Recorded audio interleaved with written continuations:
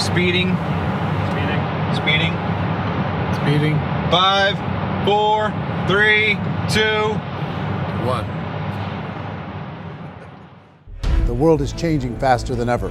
What used to take decades is now taking years or even months. What you see right now is the illusion that people have had for many decades about the workplace being this secure place to work the rest of your life. For the first time in the history of our nation, our children will not do as well as us. We've seen our friends get laid off, we've been laid off, we've had our pay cut. People are overworked and underpaid. They seem to have less time and less freedom.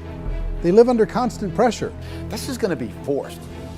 And so even if your employer loves you, they may have to cut you. There's something wrong that on Monday morning, the heart attack rate increases by 35%. Technology is accelerating, job security is declining. It just doesn't seem like the old models of making a living are as reliable as they used to be. Every aspect of our lives, there's a better way out there, but we're still doing it the old way. We live in the greatest country on the planet, and there are a lot of people sitting around complaining and being cynical. Like everyone's whining about this old model, and I'm like, why don't you leave it? Look at all this over here. Look at all this opportunity. Since so much of our lives revolve around our work and the way we make our living, many people are thinking there just has to be a better way. The biggest challenge facing our world today is not making money, is what are we going to do with all the displaced, unemployed people? People are afraid that they're going to make the wrong decision. People are afraid of the unknown. People are afraid that maybe I don't have the skills. Hey, sports fans. Industrial age is over. It's dead. It's dying. That's why going to school to get a job is an obsolete idea. A steady paycheck is an industrial age idea.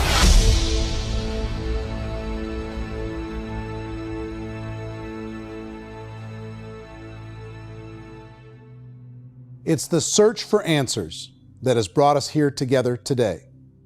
My name is Eric Worre, and for almost 30 years I've been an entrepreneur, struggling at times, but ultimately succeeding. As a best-selling author, speaker, and business owner, I've spent my entire career helping millions of people around the world to become entrepreneurs. And I believe strongly that there is, in fact, a better way when it comes to how we make a living. The career landscape has changed dramatically, and many are still working in a model that is completely out of date. What worked for previous generations isn't working as well for people today. In this film, we're going to explore 3 important questions. First, what's really going on in our working world today? Second, in this new economy, is it better to become an entrepreneur, or is it safer to work for someone else? And third, if a person decides to become an entrepreneur and start their own business, how can they do it without taking on massive risk? To help in this journey, I've brought together some of the greatest experts and thought leaders in the field of entrepreneurship to share the real facts with you. My intention is to give you new information that will allow you to make choices that are not limited by an old, outdated model. Let's start by understanding what's going on in our working world today.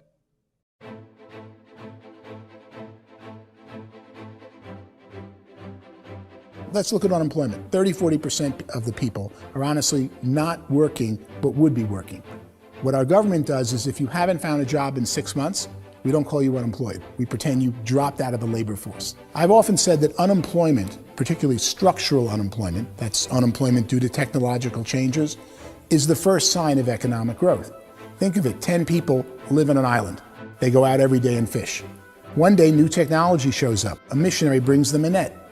Now, using the net, one pilots the boat, one throws the net. 2 fishermen can do all the work 10 used to. That's a 500% increase in productivity, 2 doing the work of 10, in one day. You don't have to learn a lot to learn how to throw a net instead of throw a fishing line. The island's got a big problem, 80% unemployment. But the island still has all the wealth of the fish because the 2 people produce as much fish as 10 did. Now, of course, looking back in history, these changes used to take thousands of years. And during that time, we went into farming and transportation. Some of us became doctors and some teachers and lawyers, and we developed all these new professions and new manufacturing jobs. Today, these changes are occurring literally in one day when a new technological advance occurs, and we don't have the social structures to deal with it or to retrain the unemployed people. So one of the things that I think is interesting as I travel across the country and really travel around the world is the way that we work and the way we get paid for work is changing pretty dramatically. On a global basis, everything is being turned upside down because of the rapidly advancing technologies. They are eliminating many jobs, and we have been left with many people not prepared for the jobs that exist. A lot of demand in public companies was to squeeze out all the fat and to get just as much margin as we possibly could, and fat equals humans. So this idea of job security in information age is so obsolete, but it's still taught inside our school system, and that's where the problem starts. There's no financial education in the school system, and people are still trained to be employees to work for that paycheck. This is a chart on the middle class. What's happening in the middle class, those that went to school, their incomes have been coming down for years. And parents still say to their kids, go to school, get a job. Now what happens to all those middle class people who are dropping off the ends of the chart? Well, they become what's called working poor. And this is what happens to working poor. But they say poverty is ending. Well, poverty may be ending, but working poverty is going up. And this is food stamp usage. So food stamp usage in America is going through the roof right now, because people cannot earn what they call a living wage. Most people have experienced financial pressures that I think are probably greater than they have been in the past. If you're not working for yourself, then it's going to be a pretty hard road for a lot of people. Today, if you're going to control your future, the 40-40 plan is gone, where you can graduate from college and get a job and work for 40 hours a week for 40 years. That day is gone. So some of these charts actually tell you what's going on. And this is a really interesting one, you know. People are going back to school because if I go back to school, I'll get a nice job. But this is what's happening to, it's called Sallie Mae, which is the student loan guys. Student loan is going through the roof. It's now over $1 trillion, and student loan debt is worse than credit card debt.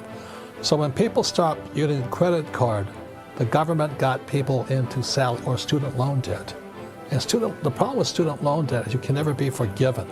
See, with credit card debt, you can declare bankruptcy and all's forgiven. But student loan debt, you can declare bankruptcy, you still owe it. It's the worst of all debt. But this is the next picture. Look at this chart here. This is what's happening to wages of college graduates. It's going down. So you go to college, you rack up all this debt, but you earn less money. Now, that's not that intelligent. Average person who's been working a lifetime in America today is ending their lifetime at 65 with about $41,000 in assets. They earned just enough to survive. I think in the United States we have something like 17 trillion in debt. That's just the federal government debt. We got another 2 in municipal and in other, let's call it almost 20 trillion government. We've got 40 trillion in private debt. That comes up to close to 60 trillion. When you then add something we never had before, what you were talking about, when we look at the unfunded portion of Social Security and primarily Medicare, Medicaid, that at the most conservative estimates from outside firms, Kleiner Perkins, 67 trillion and growing. That's more than all our other debt. There's less conservative estimates that say it's 84 trillion or higher. I added up conservatively $127 trillion in total debt. Debt is a financial drug. When you take it to excess, it's like taking a drug. Yeah, it makes you feel better, it enhances your performance, but at a huge cost, eventually it kills you. And so that's what happens. We keep doing more and more debt, and you get less and less results, just like a drug, until the debt gets so high that it crushes the whole system. That's where we're at, 8.2 times GDP.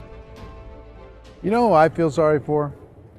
I feel sorry for the person who dreads going to work, who is sick to their stomach on Monday morning, who hates their alarm clock, who gets a little glimmer of hope on a Wednesday because it's hump day and says, thank God it's Friday.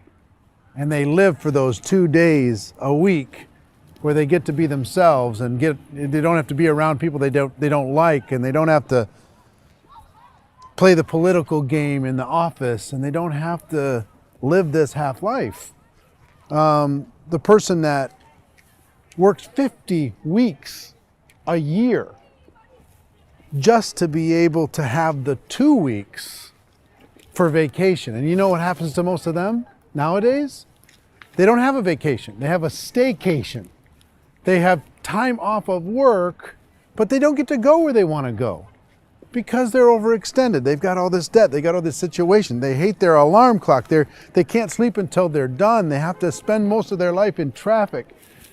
I feel sorry for that group of people because there's a better way. They just don't know it. I see this really interesting attempt at rugged individuality in a 6x8 rectangle. And I feel like you're all the same, except for the little push pins of the pictures. There's different pictures. Yours is named Jenny and his is named Sujara, but it's the same people. And this is how they are, and they're just like the zombies, and there's no joy in there, there's no fun. There's always like the wacky woman who decorates her cubicle, and that's the most she can do there. You got to give her credits, right? The wacky cubicle woman. The basis for their life is worry. I'm worried, you know, maybe I'll get fired. I'm worried maybe my company will go out of business. I'm worried I can't keep spinning the plates on paying the bills. I'm worried about how do I send my kids to college. I'm worried, what if the transmission of my car breaks? That's, you know, 2 or 3, I can't fix it. People live in a sea of worry, and it eats at them. Those signs that people held up during the Depression didn't say looking for gainful employment in a cubicle.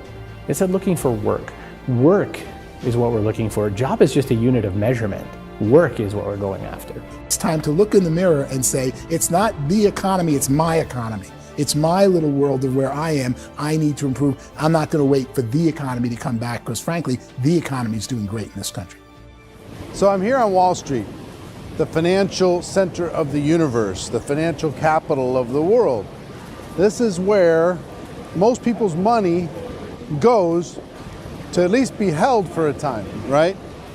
With interest rates in banks being effectively zero, and many experts are predicting it's going to stay at zero for the next 10, 20, even 30 years, people feel like they don't have any choice but to put their future into equities, to put their future into the hands of other people on this stock market, and hope that the stock market goes up, hope that the stocks that their advisors pick or that they pick goes up. That's one way to go, I guess. It's my personal belief that if you put your future into the hands of yourself, in other words, you have earning power by yourself, I think you're a better investment than these guys. I think you controlling your future is a better option than handing over your retirement to these guys.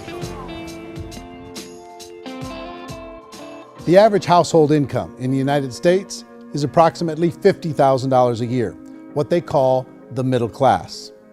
To reach the top 25% of income earners, you'd need to earn at least $90,000 a year. To reach the top 10% would be a household income of $140,000, the top 5%, $190,000, and to be in the top 1%, you'd need a combined household income of at least $380,000 a year. So here's the question. What do you think would give you the best chance to move up and get to the top 10%, the top 5%, the top 1% or beyond? In my opinion, and in the opinion of many, many experts, the answer is to become an entrepreneur, to become your own boss. I think you have to be a business owner. I can't, the only time I ever say to someone it'd be great to be an employee is when they've already told me they've surrendered. I only tell people who are wounded spiritually that they should be an employee. And it's that feeling that you get when you pick up the backpack off the little Cub Scout and say, "Don't worry, little guy, we'll get you back to the camp." You know, it is in no way a kindness when I tell someone they'd be a great employee. The other status symbol really increasingly is lifestyle. And people who can own their own business, maybe even work out of their house, that I tell you, people admire that, like, gosh, I wish I could do that. The spirit of the entrepreneur is to be a risk taker and to be resourceful and unstoppable and to have a vision of yourself beyond where you are and not willing to settle for life as it is. Think about the great entrepreneurs. They're visionary. They have heart. They're willing to do today what others won't so they can do tomorrow what others can't. Personally, I don't think of the new economy, the old economy. I create my own economy. The entrepreneur's in control. I decide what the economy is going to be like. In the world of entrepreneurship, there are no limits. You can make as much as you want, depending on how much you want to work and how smart you are and how great a team you put together. There's no more lifetime rewarding business than being an entrepreneur. Why in America, where anyone could be anything, would people want to give up their freedom and become effectively a modern day slave, told shut up and be here every morning at 7:30, leave at 5:30, and do what I tell you? If people decide to become an entrepreneur and work for themselves, they have some traditional options, but they're riskier than you might think. Any kind of a retail business, retail build-outs, is extremely expensive.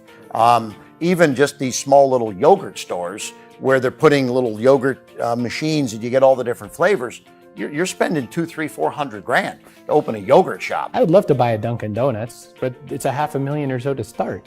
I don't quite have that just in case money. Risking lose it all, and most guys do 2 or 3 times, and even big guys like Branson, because I'm such a fan of his, half his companies don't work. If you make $1 million, your problems are going to go. If you make $1 billion, your problems are really going to go. Just the opposite. You and I know when you're making $1 million, you get $1 million responsibilities. You make $1 billion, you got 1,000 times $1 million responsibilities. And most people say, I'd love to be my own boss. 70% of Americans would love to be their own boss, according to recent polls. But they don't know how to get there. Because what are you going to do? One, you could buy an existing business. If somebody's selling an existing business, you have to ask why. Usually because it's probably hard. It's probably not making as much money as they hope. 2, they could buy a franchise. A little less risk, proven system, but it's expensive to be able to do that. 3, they could start something from scratch.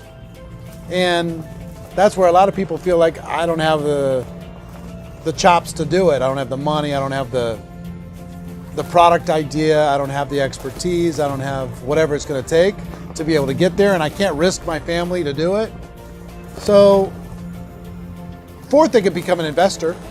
A lot of people in this town invest to try and figure out a way, but you got to be pretty smart with that game too, right? Venture capitalists, who are the very best and most sophisticated in investing in new breakthrough businesses, make it on 1 out of 11.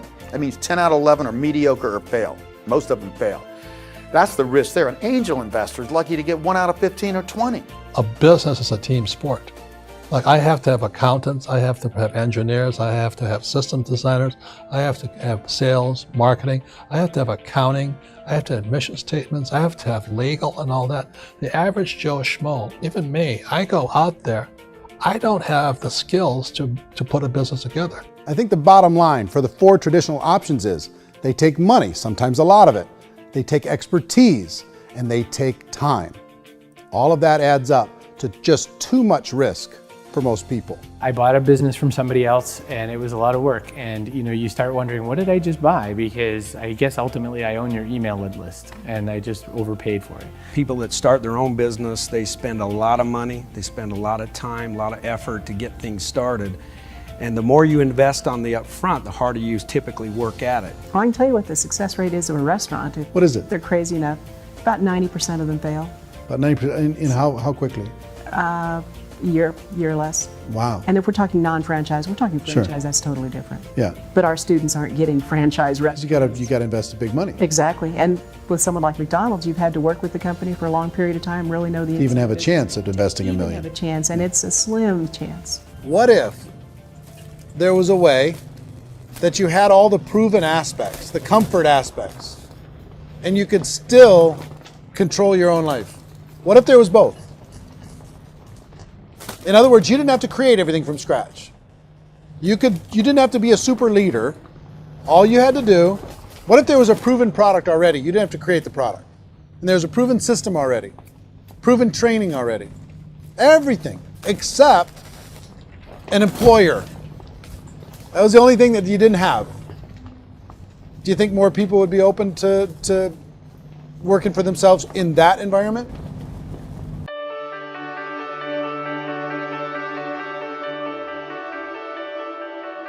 In our search for a better way to make a living, we've come to the conclusion that becoming an entrepreneur is actually safer than being an employee.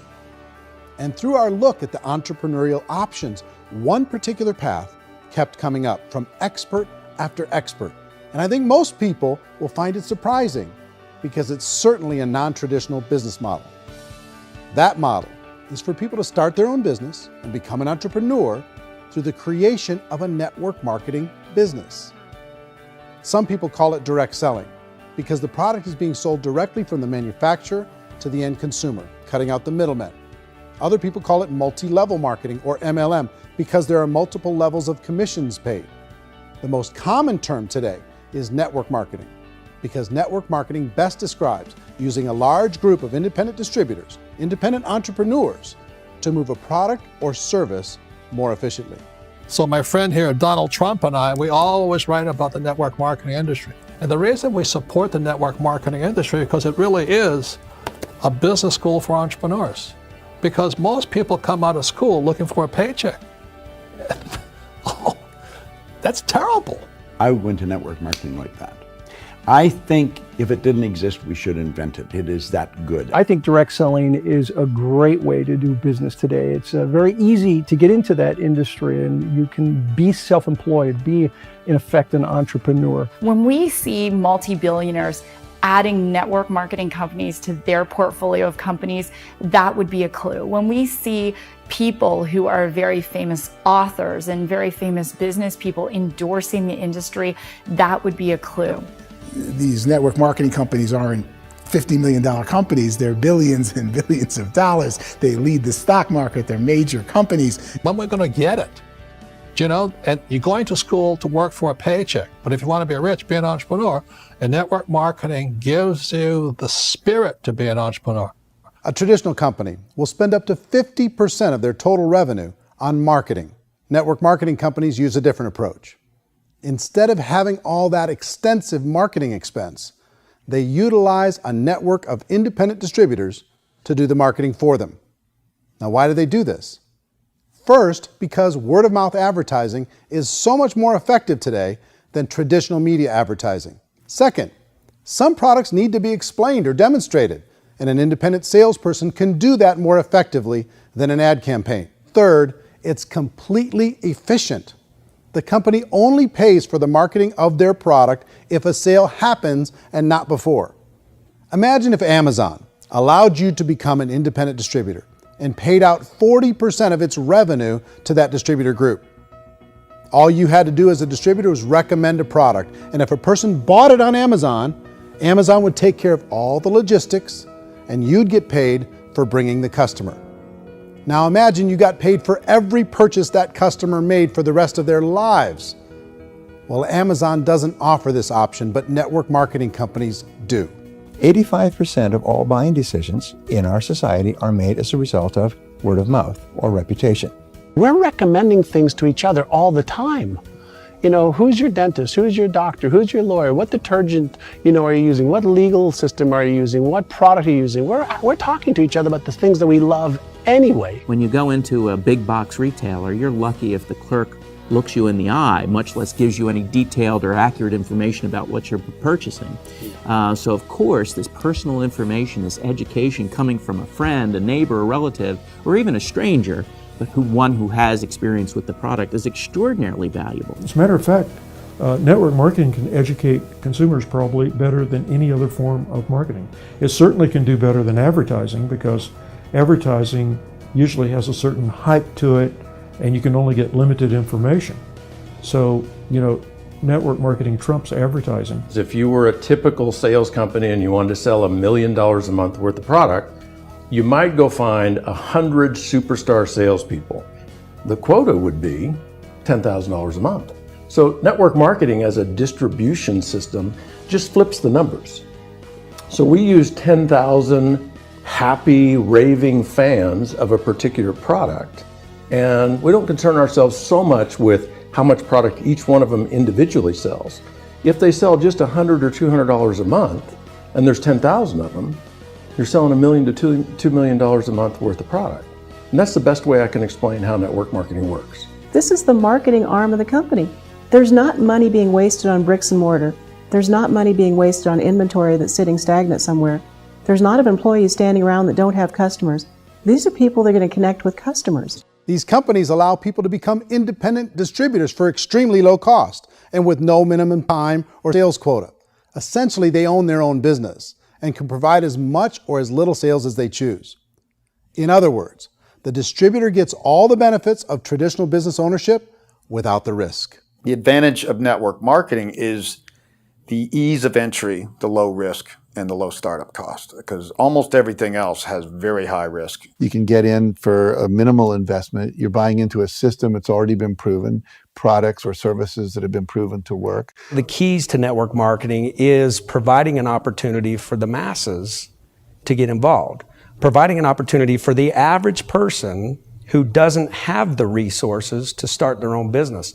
All of this so far is fairly straightforward, but network marketing offers another benefit, and it's this benefit that makes it so interesting for entrepreneurs. Network marketing allows a distributor to build their own network of other distributors and then compensates them on the sales created by that entire group. Direct selling is, at its base, very simple. It's the sale of a product or service to an individual on a face-to-face, one-on-one basis, just the way we're talking right now. But there's an important element as well, and that's the offering in conjunction with that sale of product, the offering of an opportunity for someone to make something of themselves. No matter what your social status is, no matter what language that you speak, I mean, look how many unbelievable people are becoming successful that speak every kind of language out there. What an awesome gift to give the world. Instead of having to work your way up in a system and prove that you could be a sales manager, they just decided everybody can be a sales manager. Everybody gets to build a sales team from day one. And so what that brought into the system of growth as a direct selling company is the concept of compounding or geometric progression.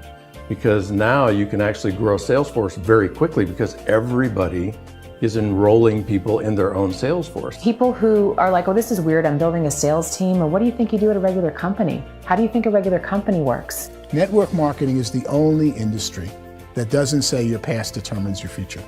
It looks at your past and says, okay, now what can we train you to do so you can have a great future? Every other employer out there wants to exploit you for what you already know, not teach you something new. Network marketing has the potential to save the United States and the world because it's going to teach people not to be employees, but to be entrepreneurs.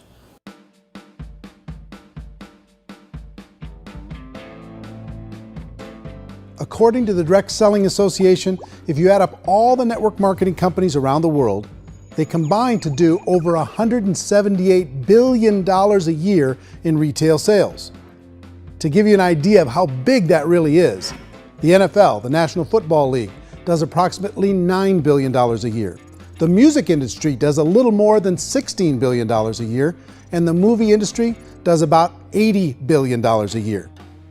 Using a conservative average, network marketing companies pay their distributors about 40% of that $178 billion in the form of commissions, which adds up to more than $71 billion a year. That's almost $6 billion a month. It's almost $200 million in commissions every single day. So it's certainly working, and people are making serious money in network marketing. With the growth of the direct selling industry over the last 10, 15, 20 years, we've seen a broader understanding of the channel. We have seen more and more people getting involved in the business, so our penetration in the marketplace has increased, and thus the understanding in the marketplace of who we are has increased. And we've seen non-direct selling companies look at the direct selling model and say, something's going on there. People are making money, companies are being profitable, individuals are being motivated, product is being delivered to market. Maybe we should explore this.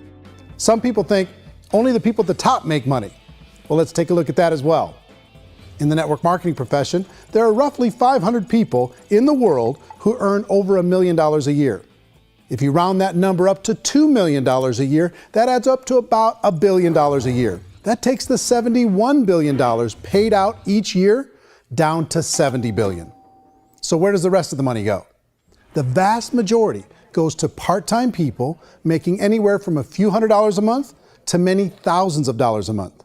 It goes to people who choose to make it a full-time career move and earning even more than that.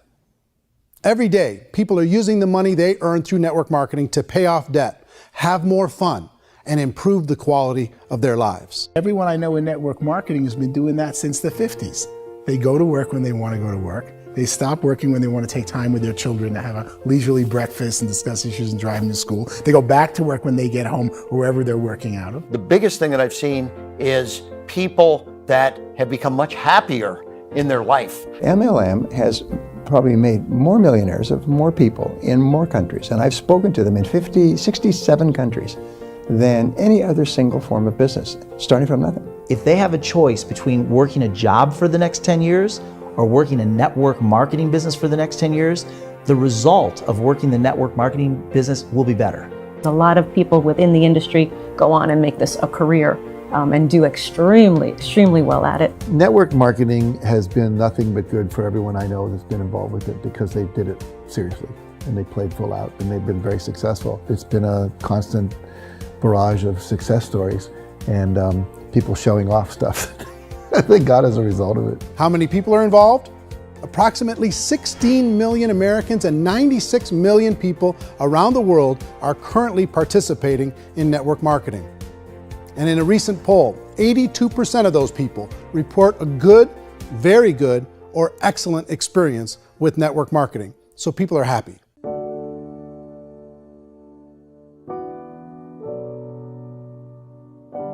So I've taken a look at the network marketing profession and really tried to understand why so many people are confused as to the validity of this as a business. One is this pyramid shape. People get really messed up with this pyramid. Oh, it's one of those pyramid things. So I just think there are a lot of haters out there who really don't understand the industry and say, oh, it's a get-rich-quick scheme. It's a pyramid. Well, corporate America is a pyramid scheme. You know what I mean? It goes like this. You have thousands of MBAs, let's say working for Ford or General Motors or Coca-Cola. If all these MBAs, they're all trying to get to here, that's a pyramid. Only one guy's going to make it. Every 10 years, one's going to make it. Whereas you look at network marketing, it's like this. So you're here, and your job is to develop other CEOs coming up behind you. So it's an inverse pyramid. In network marketing, it's a very simple concept. If you sell product, you get paid. It is paid based on production. There is no first mover's advantage. There is no investment component where the more somebody spends, the more they're entitled to make. So the two are polar opposites of each other. It doesn't matter what shape the company is or the compensation plan is shaped, whether it's a circle or a pyramid or a triangle or a trapezoid, it doesn't matter. If compensation is coming primarily from recruitment, then you've got a problem. On the other hand, if an operation is basing their compensation to participants on the basis of sales, even when those sales are generated by people you've recruited, well, then you're a perfectly legitimate enterprise. That's the legal test, it's the practical test. Another issue that's been true in the past that is no longer true now is people used to be in network marketing loaded up with products that they couldn't sell and they ended up a loser. They ended up with a bunch of product in their garage, they ended up with a bunch of products sitting in their kitchen shelves or whatever, and they thought they could sell it and then they weren't willing to or able to sell it and they ended up with a bunch of stuff and they were bitter about it. There was this thing called front loading where you had to buy if you bought $25,000 worth of product, you got better commissions and all this. Today, it's almost all done by computer. It's direct mail comes from a warehouse somewhere else. You don't have to have all this inventory. You don't have to stock up. It's a paperless world now. Most of it's done online. You have a back office. It really works. And the technology has changed everything. Third issue is people start talking about 99% of people in network marketing don't make any money. Well, we've talked about that over the course of this journey together. Almost $200 million a day is being paid out to network marketing distributors around the world. The naysayers, the people who say that it doesn't work, are usually the ones who just don't know how to make it work for themselves. And so they're giving you an opinion, and I tell people, don't confuse people's opinions with expertise, because opinions are free. And don't confuse sincerity with the truth, because people could be sincerely wrong. But here's the reality inside of network marketing. The vast majority of people that get involved in network marketing just become customers and they get involved to be able to purchase product at a lower price. If you take Costco as an example, if a person goes into Costco and gets a membership to Costco so they can get a lower price on the product, we don't call that person a loser because they have a bunch of product that they walked out with a smile on their face. Yet when some people want to take a look at network marketing, they say, well, those people, they're just using the product and they aren't earning an income, so they must be a loser. They're not a loser, they're a happy customer. That's the vast majority of people that are involved in network marketing. Now, a smaller percentage of those people decide to go build a business. They earn $300 a month, $500 a month, $1,000, $2,000. That's the bulk of earnings in network marketing. And then there's the few that really decide to take it serious, really decide to build a large network, really work to make that network very, very productive. And those people make huge amounts of money and there's no cap. What I do as an outside economist, just somebody looking at this industry like any other industry I speak and say, look, what's the realities of this? 1% do incredibly well. 10% generate some additional income at pretty low risk and effort. That's not, and 90% of people roughly end up customers. One thing that I think is real when it comes to people's perceptions about network marketing is people put this, and distributors, I think, involved in network marketing have some responsibility for this. They have sometimes unrealistic claims about the product or about the income. Most people who become distributors, they want the money, they want to be successful, but they don't have the skills. They don't know what to do. And when people don't know what to do and they're in a new business, they're scared. And when they're scared, they panic and desperation kind of sets in. So they think everyone they talk to has to get in. So if I talk to you and you say, well, no, I don't have time to do that, they're like, no, I need you. You have to do this or I won't be successful. So I start clawing on you. I start that desperation. So then I start making claims about the product, which are not appropriate, probably not even true. Or I start saying, oh, let me show you how you can make all this money and you don't have to do anything, Eric. And so you just totally misrepresent the opportunity, and you're clingy with people because you think you need everybody to be successful, and you don't. You know, one of the messages that I try to deliver most forcefully to companies as well as salespeople in direct selling is that you don't have to overpromise. The reality is in network marketing, there's a lot of hard work involved. There's a lot of effort. You're going to have to develop yourself. It's a business like anything else. It's going to take some time, but in my opinion, it's better.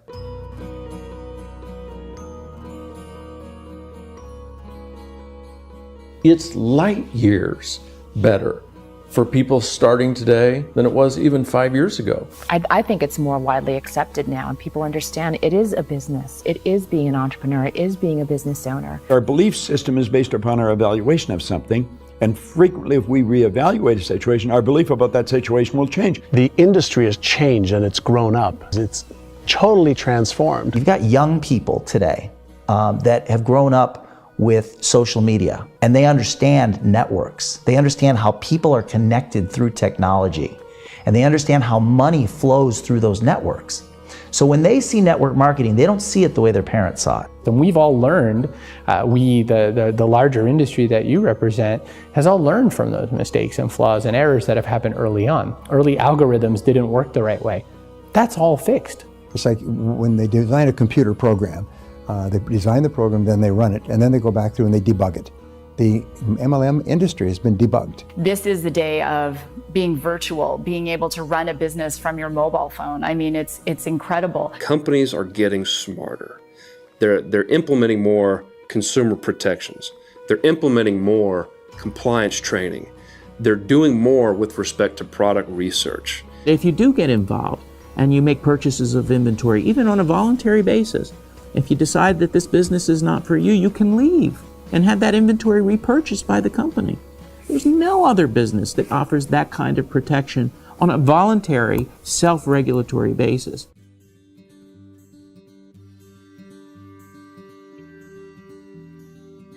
If you decide to look further into a network marketing business in order to generate more cash flow for your family, I would recommend reviewing the following 4 elements. First is the product or service. And on the product or service, I would ask 5 important questions. 1, do you like it? Is it something you would feel comfortable sharing with others? 2, is there a recognized need in the marketplace? It's hard to create a need if one isn't naturally there. 3rd, does the product meet that need? Does it solve a legitimate problem for consumers? And 4th, is it priced to sell? Can it compete in the marketplace? And 5th, is it priced for profit? Is there enough margin for the company and the distributor to be able to generate income for the long term? If you can answer the questions on the product to your satisfaction, the next element to consider is the company itself. Is it well run? Do you believe in the founders or the management team? Do you feel they have what it takes to go all the way? See, it doesn't matter how good the product is if the management can't take care of the company. Good management can change with the times. They can handle adversity. They can make good decisions. Make sure you choose a company that can serve you for a long time. The third element to consider is the compensation plan. And with that, there are 3 important things to look at. First, a brand new person needs to be able to generate some money fairly quickly. It may be an obvious reason, but you can probably imagine the ripple effect of a distributor getting involved and having even a small victory fast. That can only help with the overall success of the organization. Second, a person should be able to develop a moderate part-time income in a reasonable period of time. As they develop their network and as their sales grow, they should be able to enjoy more benefits. And third, for the people who are really serious, for those who decide to really go pro in the network marketing profession, there should be the possibility to make a serious full-time income if they work hard and are committed to developing their skills. If you're comfortable with the product, the company, and the compensation plan, the last thing you should look at is the support that will be made available to you. Does the company have a website? Does it have a solid online reporting tool? Do they have comprehensive training available? Do they host events to help you build your business? If you decide to do this, what kind of a support system can you plug into? Choosing a network marketing company is a personal decision. But evaluating the 4 elements of product, company, compensation plan, and support is a great place to start. Is the company promising that you're going to get rich quick or that you can make a lot of money without a lot of effort? That's a red flag. Is there a product that you really believe in that you think can be sold? Or are you being told by salespeople or the person who's trying to recruit you or by the company itself that don't worry about the product, all you have to do is recruit other people into the business? Red flag, warning sign. If you're hearing that, take a second or even a third look. Get to know the customers, the products, the business, have some success, and see where the opportunities might take you to move up in the organization. You want to find out how concerned are they about my education, my training, and my development? Is there a space for me to grow? Most important question. Learn everything that you can about the product. Make sure it's something that you believe in, and learn everything you can about the industry and work that system. You have to be very passionate about whatever that company is doing. I would get involved. You can always test drive anything, the product, the service, the community, and then lean into it a bit. If it feels good, then lean into it a lot. Behind me is the Lincoln Memorial. And this is a place where Martin Luther King Jr. had his famous "I Have a Dream" speech. And at that speech, he talked about his dream for equality for everyone around the world, and that's a noble dream. But I think more people need to remember what it was like when they were kids and the dream was still alive in them. Before it got beaten out of them by reality, by this paycheck, by these responsibilities, and by having to live for this job to pay the bills. I think people need to remember that, go back to that. Once they know that there's a better way, I think their future is going to be much brighter. They can live a better life.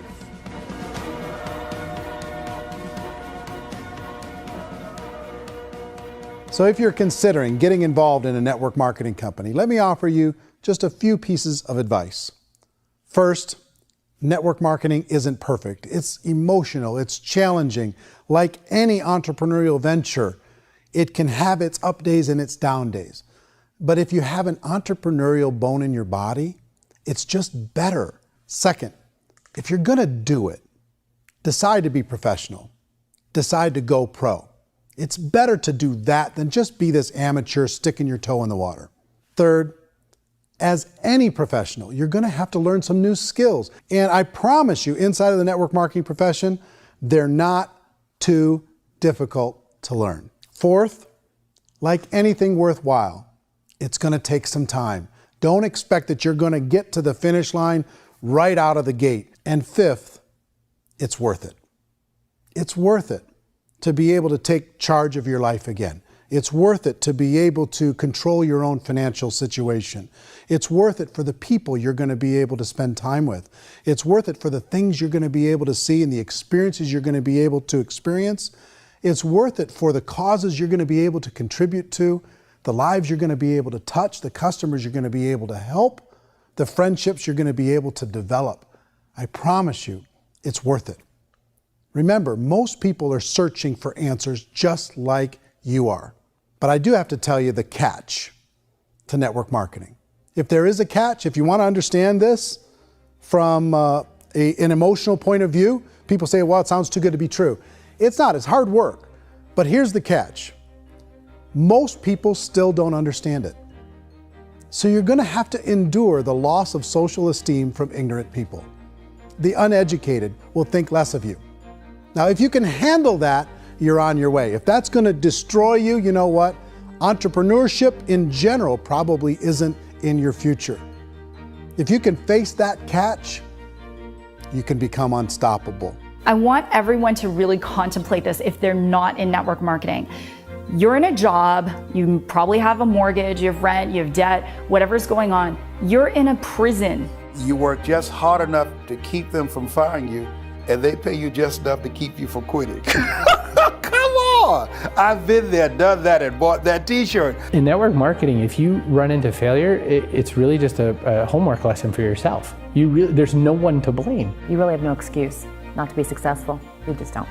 People don't want to hear that, but there's so much available to you. If you want to be a good network marketer, be a student to the people above you, be a fellow traveler to the people on the same level, and be a teacher to those below, and know when it's appropriate to do which. People who are not afraid of asking people to buy things, or not afraid of persuading people with a chance they may say no, these people own the future. Nothing happens until something moves. So you got to go move, you got to go do something, or nothing's going to change in your life. In the beginning, you're going to do a lot of things that you don't get paid for.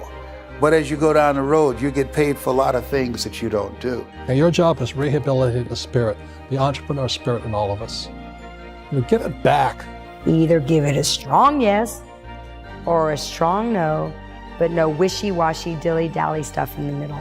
There's dreams and there are nightmares, but I believe that the biggest nightmare of all is when you don't pursue your dream. You're going to see some monumental growth in this profession. It's an exciting, exciting time to be involved with the network marketing profession. The next 10 years, I see just exponential growth. When that tipping point comes, it's not a matter of asking somebody, have you ever heard about network marketing? You're really asking them, which company are you building your wealth in? We are here to fix the world, to improve relationships with other people, to improve other lives. And the real reward comes as an entrepreneur in any level from teaching somebody something and watching them soar. There is no greater reward.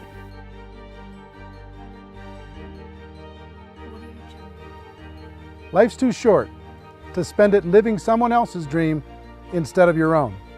It's too short to spend it living at a fraction of your potential. Can being an entrepreneur be a challenge at times? Sure. But here's what you get in exchange. It can be yours. Something that you built, something that you created, something that you made happen. This balloon represents your dream. It represents entrepreneurship. My wish for all of you is that you would reach out and grab it. The choice is up to you.